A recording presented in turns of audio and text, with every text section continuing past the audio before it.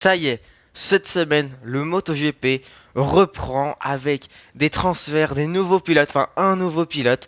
Voici donc mes pronostics pour la saison 2024 de MotoGP. Et bonjour à toutes et à tous, c'est Checheux.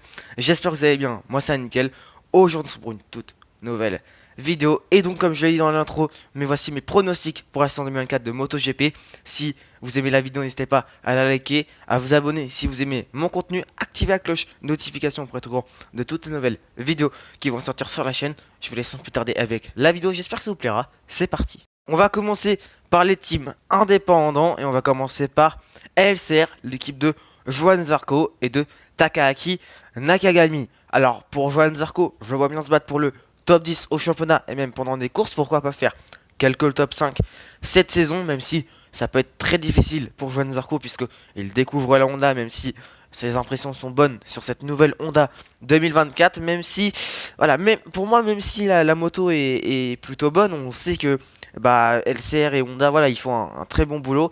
Je vois mal Johan Zarco reprendre une victoire cette année en 2024, à moins de circonstances folles, par exemple une piste séchante. On sait que Johan Zarco adore ce type de conditions.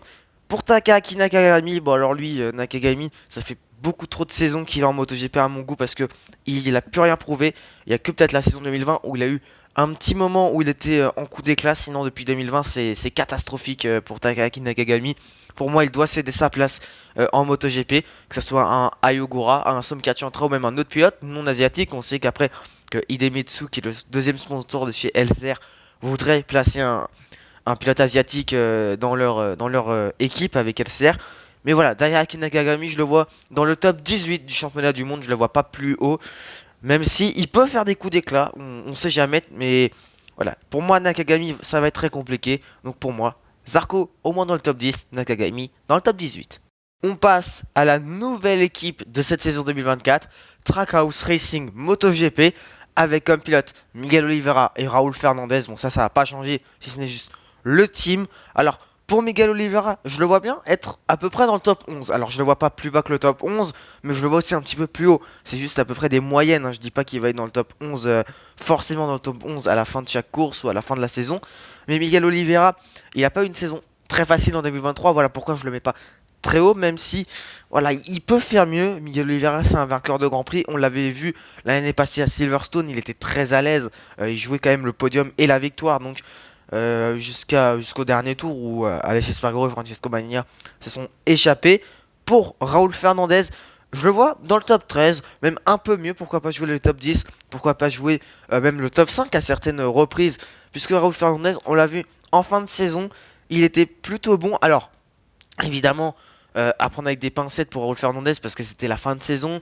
Même si là, je peux penser qu'il. Enfin, j'ai envie de penser qu'il fera de bonnes choses. Raúl Fernandez, c'est un pilote qui mérite, hein. Il a fait de très belles saisons en MotoGP. C'est sûr que.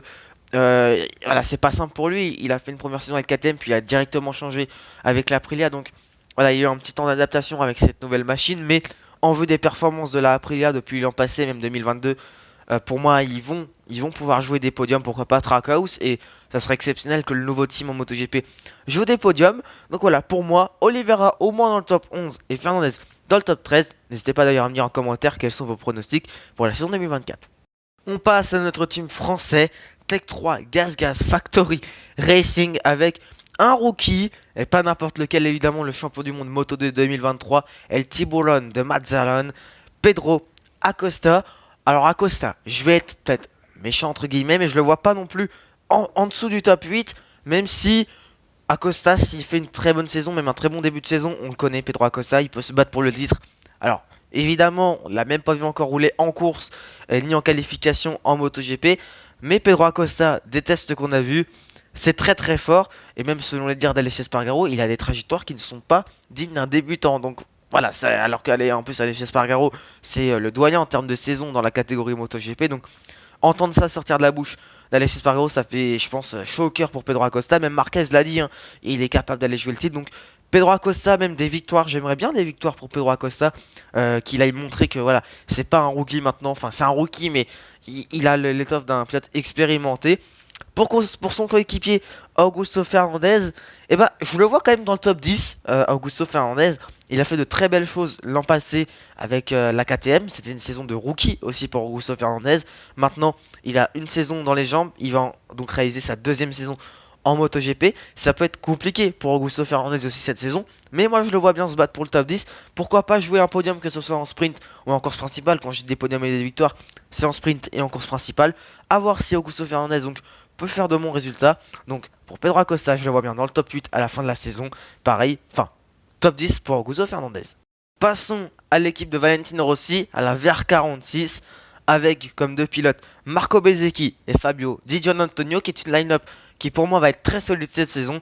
Alors pour Marco Bezzecchi, pardon, je le vois bien jouer le top 4 au championnat, des victoires, des podiums en course, sprint et principale. Bon, Marco Bezzecchi, on l'a vu l'an passé, c'est un très très bon pilote. Il a fait quand même des victoires l'an passé, que ce soit à Termazeri Hondo ou au Mans. Donc Marco Bezzecchi va être à surveiller, il peut même gagner le titre. Marco Bezzecchi, pourquoi pas? De toute façon, beaucoup de pilotes cette saison vont pouvoir jouer le titre, quitte à le gagner. Donc pour moi, Marco Bezzecchi, c'est vraiment l'homme qui peut faire gagner la VR46. Son coéquipier, par contre, Fabio Di Giannantonio, je ne le vois pas gagner le titre ou jouer le top 5, je le vois plutôt dans le top 7 à peu près. Mais il pourra aller gagner des courses. On l'a vu au Qatar l'an passé. D'ailleurs, c'est le Grand Prix du Qatar. Pourquoi pas refaire une victoire au Qatar pour Fabio Di Giannantonio. Donc, nouveau pilote pour l'équipe VR46 qui vient en provenance de chez Gresini. Alors, Di Giannantonio, on n'aurait pas eu sa fin de saison comme on a eu l'an passé. Je l'aurais pas mis du tout vers le top 7, dans le top 10. Enfin, je l'aurais mis dans le top 15 et tout. Mais il a montré qu'il pouvait, s'il le voulait, aller chercher des résultats. Maintenant, il a intérêt à faire mieux que l'an passé en termes de début de saison. Parce que, en vue de la fin de saison qu'il a fait, il pouvait très bien jouer le top 5 au championnat s'il faisait d'autant de bons résultats sur ce début de saison. Donc vraiment, Fabio Di Giannantonio, il peut aussi jouer quelque chose cette saison. De là à gagner le titre, je pense pas. Mais voilà, pour Marco Bezzecchi, je vois bien un top 4 au moins au championnat. Et pour Fabio Di Giannantonio, finir dans le top 7. On passe à Gresini, la nouvelle équipe de l'octuple champion du monde MotoGP, Marc Marquez, et de son coéquipier et frère Alex Marquez. Alors pour les deux pilotes, voilà, les deux pilotes, que ce soit Marc ou Alex Marquez, je les vois dans le top 6 au championnat. Alors je vois plus Marc Marquez faire des bons résultats avec cette Ducati. Alors on va pas non plus, faut pas s'affoler avec Marc Marquez. Certes, il a la Ducati qui est la meilleure moto du plateau. Certes, il a fait de très beaux résultats avec la Honda qui l'an passé était très mauvaise. Maintenant, il faut juste attendre, voir les premières courses. Normalement, comme à peu près chaque début de saison, les motos de l'année d'avant, donc les motos 2023 vont être plus performantes que les 2024, puisqu'il y a déjà les datas, les données, et puis la moto est, comment dire, déjà développée à fond, voilà, parce que voilà, il y a eu une saison entière, et puis on va voir ce que ça va pouvoir faire pour Marc Marquez. Mais attention, parce qu'il peut aussi être exceptionnel comme il peut être décevant. Marc Marquez, on sait qu'il pousse énormément à des moments. Alors, Marquez, on sait, s'il pousse, c'est vraiment qu'il essaye et qu'il fait tout son possible, parce que, voilà, Marquez, il va faire tout son possible. Attention à pas être au-dessus de ses pompes et à tomber, parce que Marc Marquez, on le connaît, s'il est trop à fond, s'il est au-dessus de lui, s'il est au-dessus de ses capacités, il peut vite tomber, Marc Marquez. Donc attention. Et pour son frère Alex, voilà, Alex Marquez nous a prouvé l'an passé que c'était un très bon pilote avec la Ducati. Il a quand même gagné 2 sprints en Grande-Bretagne et en Malaisie. Donc lui, il n'est pas à négliger, Alex Marquez. Voilà pourquoi je veux les deux frères Marquez. Il a donc les deux pilotes Gresini finir dans le top 6 à la fin de ce championnat. Et pourquoi pas même gagner un titre. On sait que Marc Marquez, il voudrait son 9ème titre dans la catégorie Rennes. On passe au team Pramac Ducati. Alors, le team Pramac Ducati avec Jorge Martin et Franco Morbidelli comme pilote, qui est une line-up qui est très intéressante. C'est sûr que avoir Jorge Martin et Franco Morbidelli, qui sont tous les deux vice-champions du monde MotoGP, ça peut être très intéressant à voir. Alors, pour Jorge Martin, est-ce que mon pronostic est un peu trop, osé? Bon, top 3 au championnat. Je pense que Jorge Martin, voilà, c'est vraiment ce qu'il va pouvoir faire cette saison. Attention aussi, parce qu'on l'a vu, il succombe quand même un petit peu à la pression, j'ai l'impression. Après, Bagnaia, on disait ça en 2021 avec Fabio Quartararo, où il succombait à la pression. Depuis, il a 2 titres de champion du monde. Donc voilà, je pense que Jorge Martin, ça peut être pareil. Jorge Martin, il sort d'une très bonne saison à la vice-champion du monde avec Pramac. Il est en forme, il a l'air d'apprécier cette Ducati 2024. Donc pourquoi pas voir Jorge Martin glaner ce titre aussi face à Francesco Bagnaia. C'est sûr que Jorge Martin, c'est le principal prétendant avec Francesco Bagnaia. Et pour Franco Morbidelli, je le vois au moins dans le top 12-10. Voilà, pour Franco Morbidelli, alors ça va être une saison d'apprentissage sur cette Ducati. Et Morbidelli, de ce qu'on a vu au test, il n'était pas en forme, vraiment en forme.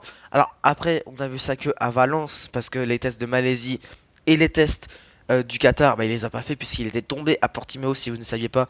Et il s'est blessé lors d'un shakedown à Portimao avec des motos de série. Donc lui, c'était en Ducati Panigale, où il y avait aussi les pilotes de Superbike. Donc voilà, Franco Morbidelli, il est quand même bon. C'est un bon pilote, mais je le vois pas jouer des victoires cette saison. Ça peut être très compliqué pour lui. On sait que depuis 2021, après son sacre de vice-champion du monde, bah, il est vraiment en dessous. Il y arrive plus, Franco Morbidelli. Donc, hâte de voir ce que va pouvoir réaliser Franco Morbidelli et Rory Martin pour la saison 2024. On passe à Yamaha. Première équipe officielle de cette vidéo avec comme pilote Fabio Quartararo, notre pilote français, champion du monde 2021, et Alex Rins qui a montré une belle saison en 2023. Pour Fabio Quartararo, je le vois se battre pour le top 10, enfin être dans le top 10 à la fin de la saison, pourquoi pas jouer les podiums comme il a pu nous le faire à la fin de la saison 2023. Mais malheureusement pour Fabio, bah, c'est très compliqué. La Yamaha n'a pas l'air d'être exceptionnelle, même la Honda a l'air d'être meilleure. Donc Yamaha, après ils essayent de s'améliorer. Ça c'est sûr que on sait que Yamaha ils veulent tout faire. Ils veulent pas le perdre Quartararo qui, voilà, on sait que c'est sa fin de contrat à la fin de la saison. Donc attention parce que Fabio Quartararo à la fin de cette saison il est plus son contrat avec Yamaha je crois. Donc s'il veut aller chez Ducati, on sait que chez même Pramac, même voilà, s'il y a une place chez Ducati, même chez Aprilia, on sait qu'Aprilia ça peut être pas mal pour Fabio Quartararo qui se libère, bah pourquoi pas le voir. Donc à tout moment Fabio peut partir de chez Yamaha, mais pour moi il pourrait peut-être re-signer un an, ça serait peut-être gâché. Mais on va voir ce que Yamaha va réussir à produire cette saison. Mais Fabio, c'est un excellent pilote, c'est un des meilleurs pilotes de la. Pour moi, c'est même s'il est plus autant aussi bon qu'en 2021-2022, c'est toujours un des meilleurs de la grille. Parce que même, voilà, même si Marquez et Quartaro, moi je prends aussi l'exemple avec Marquez, l'an passé ils étaient en dessous, la moto était vraiment très mauvaise. Ils ont joué des podiums, ils ont failli gagner les deux. Donc on peut quand même se dire que là, il y a quand même un espoir pour Fabio Quartararo de faire quelques podiums. Les victoires, c'est quasi impossible avec cette Yamaha. On va passer à Alex Rins qui. Rins, je le vois pas non plus faire des coups d'éclat comme l'an passé, même s'il a réussi à faire gagner la Honda à Austin. Je le vois quand même se battre pour le top 13.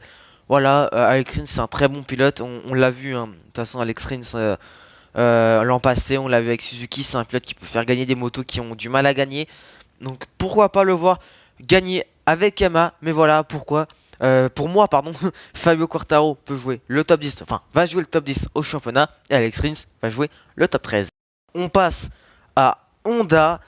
Alors, chez Honda, pas une nouvelle line-up, non, mais un nouveau pilote, Luca Marini, qui sera donc associé à Joan Mir pour une deuxième saison. Alors, pour Luca Marini et pour Joan Mir, je les vois jouer le top 15 au championnat du monde. Alors, même si pour moi la Honda est au-dessus de la Yamaha, va falloir voir le début de saison de Honda et tout. Même si Marini c'est un bon pilote, Joan Mir c'est un bon pilote, je les vois pas non plus jouer des podiums. C'est bizarre à dire, mais Honda, alors que pour moi Honda a vraiment fait un énorme step up, ils ont fait un énorme pas en avant. Mais pour moi Honda c'est trop, enfin je sais pas. Pour moi il y a un moment dans la saison où ça va s'effondrer, où va y avoir un problème pour pour la marque japonaise. Enfin je sais pas. Mais pour moi les deux pilotes je les vois jouer le top 15. Alors évidemment. Peut-être qu'on va me faire mentir et j'espère qu'on va me faire mentir pour Honda parce que c'est une équipe mythique, si ce n'est peut-être l'équipe la plus mythique dans le championnat du monde MotoGP. Ils y ont vu rouler des pilotes mais légendaires, Pedrosa, Rossi, Stoner, Douane, Crévillier, Marquez, bref, des pilotes exceptionnels, même Jorge Lorenzo. Mais voilà, Honda, j'espère qu'ils vont pouvoir se relever depuis le départ de Marc Marquez. Mais pour moi, Honda, ça va jouer le top 15 au championnat avec ces deux pilotes. Et j'espère qu'ils vont réussir au moins quelques podiums pour la saison 2024. On va passer donc à Aprilia avec la même line-up, Aleix Espargaro et Maverick Viñales.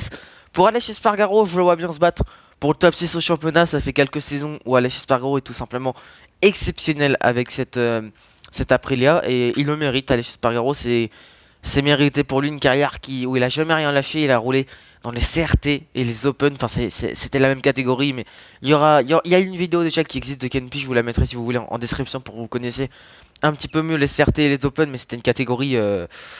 Bref. Mais les Aprilia, cette année, j'espère qu'elles vont réussir un bon coup d'éclat. Parce que voilà, c'est une équipe qui mérite. Depuis 2015, ils ont tout cherché, ils ont réussi. Ça a été plus long qu'avec KTM par exemple pour développer cette machine et la faire gagner. Mais au final, Aprilia a réussi à gagner, peut gagner avec Aleix Espargaro, mais aussi avec Maverick Viñales que lui je le vois dans le top 8 en championnat. Même si Maverick Viñales, attention à lui, parce que c'est un bon pilote et depuis quelques saisons, il arrive quand même à bien faire de bons résultats avec l'Aprilia. Donc pourquoi pas voir Maverick Viñales faire quelques podiums, quelques victoires, tout comme son coéquipier. Mais ça, on le verra qu'à la fin de la saison 2024. On passe à KTM avec Brad Binder et Jack Miller. Alors pour Brad Binder, évidemment que Brad Binder, il peut faire une bonne saison. Voilà, Brad Binder, c'est un excellent pilote. Il peut gagner le titre, même si moi je le vois être dans le top 6. Brad Binder, c'est un pilote qui est juste exceptionnel. Pour moi, il a un style de pilotage, mais incroyable. C'est un pilote qui mérite de gagner des courses en MotoGP, qui mérite d'aller peut-être chercher un titre, on verra bien. Mais depuis quand même qu'il s'est révélé un petit peu en Moto 3, depuis qu'il a gagné son titre, qu'il a fait des saisons folles en Moto 2, qu'il a gagné à Brno en République tchèque, c'était en 2020 déjà. Putain, le temps passe vite, ça fait 4 ans. Oh putain. Mais ouais, Brad Binder, c'est un excellent pilote. Pourquoi pas aussi, pour moi, pourquoi pas le voir champion du monde. Mais il manque un truc pour KTM pour moi. Et ça jouera seulement pour moi le top 6 avec Brad Binder. Et pour Jack Miller, je le vois seulement 10ème au championnat du monde à la fin de la saison. Enfin dans le top 10. Miller, on l'a vu, il est certes en forme. Il adore rouler pour KTM. Enfin, il adore rouler pour KTM. Je pense que la KTM, elle lui convient vraiment bien. Maintenant, bah voilà, il faut pour Jack Miller que la moto marche pour lui, qu'il aille chercher une victoire, pourquoi pas, voir Miller regagner, ça me ferait extrêmement plaisir. Miller, c'est un pilote mais que j'apprécie tellement. Mais voilà, malheureusement, il y a des grands prix où il est en forme, puis il va dégringoler, où il va chuter. Donc voilà, Jack Miller, j'espère qu'il fera des podiums ou des victoires cette saison, mais je le vois seulement dans le top 10 pour cette saison 2024 au championnat du monde. On part avec la moto championne du monde, l'équipe championne du monde en titre avec Ducati et son duo de pilotes Francesco Bagnaia dit Pecco et Enea Bassini dit The Beast. Donc là, cette line-up là peut faire mal. Là, cette saison, je vois bien Ducati faire mal, hein. Avec le team officiel Ducati faire mal. On sait que Francesco Bagnaia veut aller chercher un troisième titre d'affilée en MotoGP. Il est en forme, Bagnaia, depuis 2021. C'est un pilote qu'on n'aura pas pu penser quand même depuis son arrivée en 2019. Aller chercher deux titres en MotoGP, même un troisième peut-être cette saison, on verra bien. Mais Bagnaia cette année c'est soit P2 soit P1 en championnat. Il n'y a pas d'autre mot. Bagnaia, à moins d'un gros problème, d'une blessure, d'un problème, enfin je sais pas, mais j'espère pas pour lui.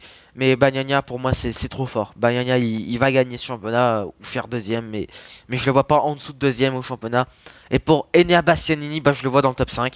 Et pourquoi pas même gagner le titre, on verra bien. Mais Bastianini peut à tout moment, mais à tout moment gagner le Grand Prix, gagner le championnat. Même si je sais pas, il y a un truc qui peut changer pour Enea Bastianini cette saison. L'an passé, il était blessé. Et la Ducati lui convenait pas énormément, la GP23. Apparemment, la GP24 lui convient mieux. J'espère pour Enea Bastianini qu'il a gagné des courses, des podiums, même pour Pecco. Mais Ducati, cette saison, ça va faire très très très mal. Puisque Bagnaia et Bastianini vont pouvoir se battre pour le titre de champion du monde 2024. Voilà, cette vidéo est terminée. Mes pronostics pour cette saison 2024 sont terminés. Si vous êtes d'accord ou pas d'accord avec moi, dites-le moi en commentaire. N'hésitez pas à liker la vidéo si elle vous a plu, à vous abonner avec la cloche si vous aimez mon contenu. En tout cas, c'était Chuchu. On se retrouve dans une prochaine vidéo, la prochaine preview pour le Grand Prix du Qatar 2024. Ciao.